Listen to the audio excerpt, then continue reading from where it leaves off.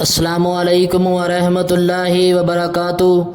ناظرین، آپ دیکھ رہے ہیں زین مدنی اسلامک چینل اور میں ہوں آپ کا میزبان محمد زین مدنی۔ ناظرین، جیسا کہ آپ کو معلوم ہے کہ ہم ریاض الصالحین ریکارڈ کر رہے ہیں۔ آج ہم ریاض الصالحین کی حدیث نمبر 45 یعنی 45 ریکارڈ کریں گے۔ آپ سے التماس ہے کہ ہمارے چینل کو سبسکرائب کریں، لائک کریں، شیئر کریں اور بیل آئیکن پہ کلک کریں تاکہ ہر آنے والی نئی ویڈیو آپ تک پہنچ سکے۔